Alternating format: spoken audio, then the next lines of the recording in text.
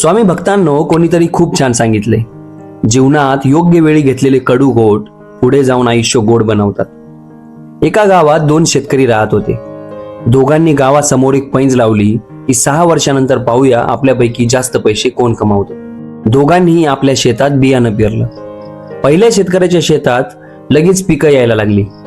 त्याने वर्षातून 2दा पिकं घेतली आणि त्यातून चांगले पैसे कमावले। पण दुसऱ्या शेतकऱ्याच्या शेतात काहीच उगवत नव्हतं। गावातील लोक त्याच्यावर हसायला लागले। लोक म्हणायचे, अरे तुझ्या शेतात तर काहीच नाहीत, पहिला शेतकरी जिंकणार हे नक्की। दुसरं वर्ष आलं। पहिल्या शेतकऱ्याने पुन्हा 2 पिकं घेतली। दुसऱ्या शेतकऱ्याच्या शेतात अजून काहीच नव्हतं। लोक त्याची थट्टा करू लागले। तिसरं वर्ष गेलं आणि 4थंही वर्ष गेलं, तरी त्याच्या शेतात काहीच दिसत नव्हतं। पण तो रोज शेतात जायचा, मेहनत करायचा आणि आपलं काम करत राहायचा। लोकांना वाटायचं, हा रोज शेतात जाऊन करतो तरी काय। 5व्या वर्षी त्याच्या शेतात छोटी छोटी रोपं दिसायला लागली। लोक म्हणाले, ठीक आहे, पण एवढ्याने होणार तरी काय। मग 6वं वर्ष आलं। अचानक त्याच्या शेतात 100 फूट उंच बांबूची झाडं उभी राहिली। संपूर्ण शेत बांबूने भरून गेलं।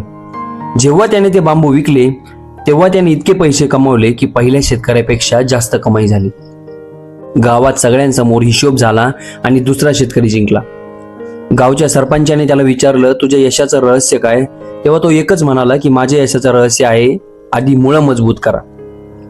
आणि तो म्हणाला की बांबूची झाडं पहिले 5 वर्ष जमिनीखाली स्वतःची मुळं मजबूत करत होती आणि नंतर ते खूप उंच वाढून गेली। भक्तांनो, स्वामी नेहमी म्हणतात, आयुष्यात मोठं यश जर मिळवायचं असेल तर आधी स्वतःचा पाया मजबूत करा। कारण जर मजबूत पाया असेल तरच मोठं यश टिकून राहतं।